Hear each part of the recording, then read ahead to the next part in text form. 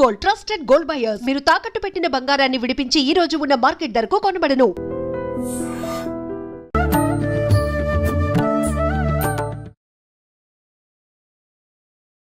నమస్కారం, welcome to I dream. ధర్మ మార్గం విత్ విజిత కార్యక్రమానికి స్వాగతం. ప్రస్తుతం మనతో పాటు ఉన్నారు ప్రముఖ జ్యోతిష వాస్తు పండితులు బ్రహ్మశ్రీ అన్నవరపు తిరుపతి మూర్తి అవధాని గారు. ఇప్పుడు గురుగారితో మాట్లాడి మరిన్ని విషయాలు తెలుసుకుందాం. నమస్కారం గురుగారు. ఓం శ్రీ మహాగణాధిపతయే నమః. గురుగారు, రుద్రాభిషేకం చేయటం వల్ల అనారోగ్యంగా ఉన్న వాళ్ళు ఎవరైనా ఉంటే వాళ్ళ ఆరోగ్య పరిస్థితి అనేది కుదుట పడుతుంది అని చెప్పి, ఎటువంటి ఆరోగ్య పరంగా ఇబ్బందులు ఉన్నా కూడా అవన్నీ తీరిపోతాయి అని చెప్పి నమ్ముతూ ఉంటారు.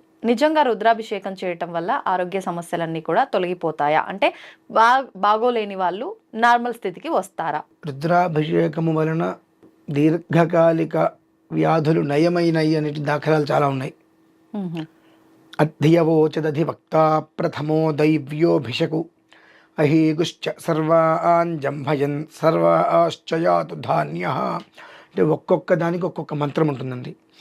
మనిషి హాస్పిటల్లో ఉన్నాడు, శరీరానికిచ్చాడు, కాస్త ఇబ్బందికర వాతావరణంలో ఉన్నాడు అన్నప్పుడు ఈ మంత్రం ఎంత పారాయణ చేస్తే అంతగా మనిషిలో ఆ శక్తి వెళ్తూ ఉంటుంది. ఇది అనేక దాఖలాలు ఉన్నాయి. కాకపోతే మనకేంటంటే ఇది నిజమా అనేటువంటి ఒక అపనమ్మకంలో మనం ఉంటాం.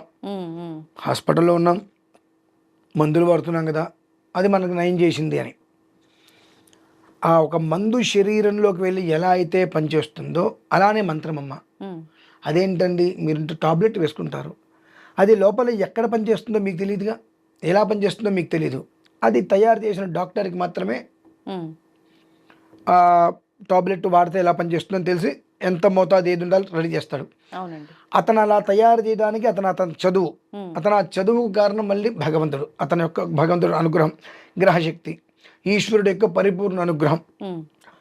అధ్యవోచదధివక్త ప్రథమో దైవ్యో భిషకు. భిషకు అంటే వైద్యుడు, భిషక్ అంటే వైద్యుడు, సంస్కృతంలోనా? భిషక్ అంటే వైద్యుడు. మొట్టమొదటి వైద్యుడు ఎవరి అంటే భగవంతుడే మళ్ళీ. అందుకనే అన్ని కులాల వారు, అన్ని మతాల వాళ్ళు ఏ సమస్య వచ్చిన వెంటనే డాక్టర్ దగ్గరికి వెళ్తూ ఉంటారు. ఎందువల్లంటే ఆ డాక్టర్నే భగవంతుడిగా కొలుస్తారు వాళ్ళు. సో మొట్టమొదటి వైద్యుడు ఎవరి అంటే డాక్టర్, ఆయన ఈశ్వరుడు. కనుక ఆ రుద్రానికి సంబంధించినటువంటి దాంట్లో ఒక్కొక్క దానికి ఒక్కొక్క మంత్రం. వయస్సు పర్ణ అనేటువంటి ఒక మంత్రం. కన్నుంది, ఈ కళ్ళు మనకు సరిగ్గా కనిపించవు, ఏదైనా ఇబ్బంది వచ్చింది, శుక్లాలు అటువంటి వచ్చి ఆపరేషన్ చేయాల్సిన పరిస్థితి, ఆ పరిస్థితుల్లో కూడా వయస్సు పర్ణ అనేటువంటి మంత్రాన్ని పూర్తిగా విని ఆ నీళ్లు లోపల కంట్లో వేసుకుని ఉంటే 27 రోజుల్లో మొత్తం అంతా క్లియర్ అవుతుంది. ప్రాణానాంగ్రంథిరతిర్ద్రోమా విశాంతక తేనాన్నేనా ఆప్యాయస్వ నమో రుద్రాయ విష్ణవే మృత్యుర్మే పాహి. ప్రాణానాంగ్రంథిరసి, అత్యంత ప్రాణ సంహితమైనటువంటి వ్యాధి ఏదైనా ఉందంటే క్యాన్సర్. క్యాన్సర్ని కూడా ఆ రుద్రం నయం చేస్తుందమ్మా. ముందు దాని మీద మనకు నమ్మకం ఉండాలిగా. అవును, ఒక టాబ్లెట్ వేసుకుంటే తగ్గుతుందా అంటే దాని మీద ఒక నమ్మకం ఉండి వేసుకుంటే వెంటనే అది రిలీఫ్ ఇస్తుంది. అలానే ఆ మంత్రం మీద మనకంటూ ఒక నమ్మకం, ఆ భగవంతుడి మీద ఒక భక్తి అనేటువంటివి మనకుంటే అది మనం వేసుకుంటున్నప్పుడు వెంట దాని యొక్క ప్రభావం మనకు చూపిస్తుంది, ఇమీడియట్లీగా చూపిస్తుందండి. అది అనుభవించిన వాళ్ళు చాలామంది ఉన్నారు. అది నిజమా కాదా అని ఆలోచన చేస్తూ దాని గురించి భూతద్దంలో వెతుకుతూ ప్రాణాలు వదిలేసిన వాళ్ళు చాలామంది ఉన్నారు. అంటే ఆ దేవుడి దగ్గరికి వెళ్తే మంచి జరుగుతుందా, నిజమా అని. ఈ మధ్యలో కొంతమంది ఈశ్వరుని ఆరాధన చేస్తే కష్టాలు వస్తాయి అంటూ ఉంటారు. అందుకని ఈశ్వరుని ఆరాధన ఎవరు చేయరంటూ ఉంటారు. అవును,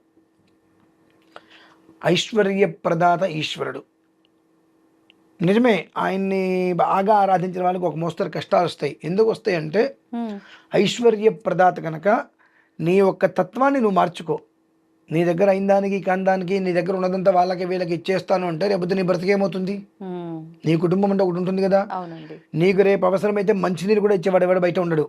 ఇవాళ నీ దగ్గర వచ్చి అన్న అన్న అన్న అక్క అక్క నీ దగ్గర చుట్టూ తిరిగిన వాళ్ళందరూ కూడా రేపొద్దు నీ దగ్గర రూపాయి లేకపోతే మొహం కూడా చూడరు. సో నీకు నేను రేపొద్దున అపరిమితమైన ఐశ్వర్యాన్ని ఇద్దామనుకుంటున్నా. ఆ ఇచ్చినప్పుడు వీళ్ళల్లో ఎవరు ఏంటి అనే విషయాన్ని నీకు తెలియాలంటే నీకు కష్టం అనేటువంటిది వస్తే నీ అనేటువంటి వాళ్ళు ఎవరు, నీకు దగ్గరగా ఎవరున్నారు, కష్టం వచ్చినప్పుడు నీకు నిన్ను కాచుకుంటూ నీకు దగ్గరగా ఎవరున్నారు, ఏమో వీళ్ళ కష్టం వచ్చింది మనకెందుకు లేనిపోయింది, దగ్గరికి వెళ్తే ఏమన్నా హెల్ప్ అడుగుతారని చెప్పి పారిపోయిన వాళ్ళు ఎవరున్నారు అనేటువంటి విషయాన్ని నీకు పరిపూర్ణంగా తెలియటం కోసమే భగవంతుడు నీకు కొన్ని రకాల ఇబ్బందులు ఇస్తాడు. ఓకే. ఆ ఇబ్బందులు నువ్వు కనుక తెలుసుకొని తగు రీతిలో జాగ్రత్తగా ఉండగలిగితే ఆ పరమేశ్వరుడు ఇచ్చేటువంటి అనంతమైన ఐశ్వర్యానికి నువ్వు అర్హురాలుగా అవుతావు. లేదనుకోండి ఎంత డబ్బున్నా మనకు అది పంచదార పాకం పారుతూ ఉంది అన్నట్టుగా వెళ్ళిపోతుంది. మన మనస్తత్వాలు ఎలా ఉండో తెలుసమ్మా, ఈశ్వరుడు అందుకనే నువ్వు ఎంత చేస్తావో చూస్తూ ఉంటాడు ఆయన. మనకు ఒక దాని మీద స్థిరమైన నిర్ణయం ఉండదు. కోతి వంటి మనసు అంటారు కదా, చీమ వంటి మనసు, కోతి వంటి బుద్ధి. చీమ మనసు అంత మంచిది అంటారా? అంటే చిన్నది, దానికి ఒక వ్యవస్థ ఉండదండి. అంటే దానికి ఏం కావాలో కూడా తెలియదు. ఇక్కడ పంచదార ఉంటుంది, ఆ పంచదార తింటూ ఉంటాయి అవి. ఈ పక్కన బియ్యపిండి పోస్తే ఇది వదిలేసి బియ్యపిండి దగ్గరికి వెళ్తాయి, ఆ పక్కన బూందీ వేస్తే అది వదిలేసి దాని దగ్గరికి వెళ్తాయి, ఆ పక్కన ఇంకోటి పోస్తే అటు వెళ్ళిపోతాయి. దానికి ఏదో ఒకటి తినాలి, ఏం తినాలో తెలియదు, క్లారిటీ ఉండదు.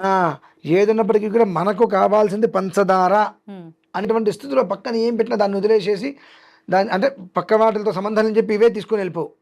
పక్కన పెట్టిందంటే ఈ 4 చీమలు ఒక చీమ అటు వెళ్ళి అని పిలుస్తాయి, ఇవన్నీ వదిలేసి అటు వెళ్ళిపోతుంది. ఏది తీసుకోవాలో తెలీదు అని ఏదో ఒకటి తీసేసుకుంటుంటాయి. ఆ ఆలోచన మన దగ్గర ఉన్నంత కాలము కూడా భగవంతుడు మనకు ఆ అపరిమిత ఐశ్వర్యాన్ని ఇవ్వడు. కనిపెట్టుకు చూసు కోతి అంటే అదేంటండి కోతి అంతకన్నా దారుణం కదండి అంటాం మనం. కోతి అంటే కోతి చేష్టలే చూసామండి. అవును. మర్కట కిషోరాన్ని చూడాల అంటే అండి, మర్కట కిషోరము అంటే ఆ కోతి దానికి పిల్ల దాని కడుపుని గట్టిగా పట్టుకుని ఉంటుంది. ఇది చెట్టు మించి చెట్టు మీదకి దూకుతూ వెళ్తుంది, అది గట్టిగా పట్టుకోవాలి, పిల్లే పట్టుకోవాలి. అవును. అది కనుక వదిలేస్తే తల్లి పట్టించుకోడు, నీ చావును వెళ్ళిపోతుంది అది. అలా ఎగురుతున్నప్పుడు దానికి విద్య అదంతా పిల్లకి. నువ్వు ఎంత దానికి భయపడతా ట్రైనింగ్ అదే ఉంటాయండి. అదే నేను అంటున్నా, మర్కట కిషోరం మార్జాల కిషోరం. నువ్వు గనక మర్కట కిషోరంగా ఉంటే మార్జాలంగా భగవంతుడు నిన్ను చూస్తాడమ్మా. మార్జాలంగా అంటే చెప్తా. మర్కటము అంటే మనం భగవంతుని గట్టిగా పట్టుకోవాలి. ఆయన దూకుతూ ఉంటాడు, చాలా ఊబిలోకి ముంచేస్తాడు, నానా రకాల కష్టాలు పెడతాడు. అయినప్పటికీ మనం ఆయన పట్టుకోకుండా అలానే ఉంటే అప్పుడు మార్జాలం. మార్జాలం అంటే పిల్లి తన పిల్లల్ని నోట ఖర్చుకొని గోడ దూకుతూ ఉంటుంది. మనం ఏంటి పిల్లి తన పిల్లల్ని చంపేస్తుంది ఏంటని మనం అనుకుంటాం, కానీ దానికి తెలిసి ఎంత జాగ్రత్తగా తన పిల్లల్ని ఎక్కడెక్కడ పెట్టాలో తన నోట ఖర్చుకొని వెళ్ళిపోతుంటుంది. ఆ రకంగా భగవంతుడు మనల్ని పట్టుకుంటాడు. అది చూసిన వాళ్ళందరికీ ఎలా అనిపిస్తుంది అంటే ఇంత భగవంతుని ఎంత ఆరాధిస్తున్నా ఇంత కష్టపడుతున్నారేంటి వీళ్ళు అన్నట్టుగా భగవంతుడికి అనిపిస్తుంది. కానీ మనకు తెలుసు ఎటువంటి కష్టాల్లోంచి ఎన్ని రకాలు దాటుకొని బయటకు వస్తే ఎన్ని రకాల వ్యాధుల నుంచి మనం బయటపడ్డాం. వ్యాధి మీనింగ్ సాటి మనిషి, సాటి మనిషి. మనం ఉపకారం చేసినటువంటి వ్యక్తి మనకు ఉపకారం చేయకపోయినా నష్టం లేదు, అపకారం చేయకుండా ఉంటే మనం బాగానే ఉంటాం. అపకారం చేసే ప్రక్రియ చేసినప్పుడు ఏమవుతుందంటే ఆ బాధ తట్టుకోలేక బాధతోటి రకరకాల వ్యాధులు వచ్చేస్తాయి, మనోవ్యధ, అక్కడి నుంచి అన్ని రకాల వ్యాధులు మనకు వచ్చేస్తాయి. కాబట్టి ఇటువంటివి ఎన్నో తట్టుకొని మనం బయటకు వచ్చి నిలబడటమే ఈశ్వరానుగ్రహం. దానికే రుద్రాభిషేకం. అదే విషయం.